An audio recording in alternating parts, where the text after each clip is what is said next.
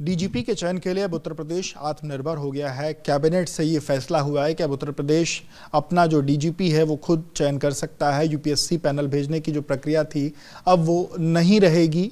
हमारे साथ इसी मुद्दे पर बातचीत करने के लिए उत्तर प्रदेश के पूर्व डीजीपी और हाईकोर्ट के वरिष्ठ अधिवक्ता सुलकान सिंह जी हैं।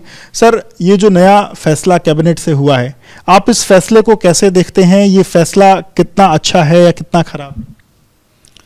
देखिए, ये फैसला एक नियमावली बनाता है, तो राज्य सरकार को नियमावली बनाने की शक्ति है, तो इस हिसाब से नियमावली बना सकते हैं ये। लेकिन डीजीपी की तैनाती के संबंध में सुप्रीम कोर्ट ने मार्च 2019 में एक फैसला दिया है कि कोई भी ऐसा कानून, एक्ट या रूल जो इस फैसले की भावना के खिलाफ है वो स्थगित रहेगा। तो ये जो नियमावली बन रही है, ये सुप्रीम कोर्ट के फैसले की भावना के पूर्णतया विपरीत है। वो क्या था सुप्रीम कोर्ट का फैसला? सुप्रीम कोर्ट के फैसले में बहुत सारे पॉइंट थे। डीजीपी का तैनाती एक उसमें बिंदु था। इसके अलावा उसमें लॉ एंड ऑर्डर का सेपरेशन, इन्वेस्टिगेशन और बहुत सारे बिंदु थे। लेकिन आज के मुद्दे के हिसाब से डीजीपी के तैनाती के बारे में उन्होंने कहा था यूपीएससी एक पैनल तैयार करेगा और स्टेट गवर्नमेंट नाम भेजेगी, यूपीएससी पैनल तैयार करेगा 3 नामों का। और यूपीएससी ने उसमें अपनी प्रक्रिया बनाई है, जिसमें कि वो एक एमएचए का, गृह विभाग का, भारतीय संघीय गृह विभाग का एक सदस्य रहता है और एक यूपी का कोई अधिकारी रहता है उसमें, और यूपीएससी के एक मेंबर रहते हैं। 3 लोग का पैनल, 3 लोग बैठते हैं, वो जो है इसको तय करते हैं। उन्होंने अपना क्राइटेरिया बना रखा है, कैसे करेंगे इसको हम जो है मेरिट और सीनियरिटी को देख के वो लोग बनाते हैं। और अब जो ये हुआ है उत्तर प्रदेश में जो फैसला आया है, अब ये इसका पैनल कैसे डिसाइड होगा? सीएम की तरफ से क्या, मतलब इसमें कौन कौन रहेगा, अधिकारियों में कौन रहेगा, कौन डिसाइड करेगा कि कौन अब जो डीजीपी है वो बनेगा? ये तो देखिए बिल्कुल सुप्रीम कोर्ट के फैसले के बिल्कुल विपरीत हो गया ये मामला। अब देखिए, इसमें क्या है कि हाई कोर्ट के एक रिटायर्ड जज होंगे, अपनी मर्जी से जिसको चाहे सेलेक्ट करेंगे, सरकार चाहेगी। चीफ सेक्रेटरी होंगे मौजूदा, संघ यूपीएससी के एक व्यक्ति कोई नामित होंगे, यूपीपीएससी के एक नामित होंगे कोई, अपर मुख्य सचिव गृह होंगे उसमें, और एक रिटायर्ड डीजीपी कोई होंगे। तो ये तो सब अधिकारियों की समिति है, और ये मुख्यमंत्री की या सरकार की इच्छा के खिलाफ किसी का नाम प्रपोज कर दे, ये तो संभव नहीं है। मतलब जिसको सरकार चाहेगी, जिसको सत्ता चाहेगी, वो जो एक मनमानापन जो तैनाती में था वो इससे खत्म नहीं होगा, इससे जो है। अच्छा, एक जो विवाद भी चल रहा है, इसको लेकर एक याचिका भी दायर हुई थी 8 राज्यों की, हालांकि वो याचिका थी, पर उसमें उत्तर प्रदेश पर भी सवाल थी, क्योंकि उत्तर प्रदेश में हमने देखा कि पिछले 3 सालों से एक्टिंग डीजीपी ही काम कर रहे हैं।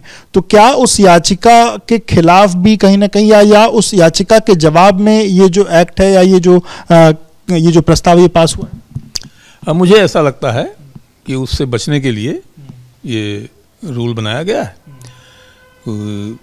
वहाँ कहा जा सकता है कि साहब हमने अपना रूल बना दिया, उसके हिसाब से हमने किया है, हमने इसके सुप्रीम कोर्ट के फैसले के खिलाफ नहीं किया है ये, और हमारा अब डीजीपी कोई एक्टिंग नहीं है हमारे यहाँ, तो ये कर सकते हैं वो।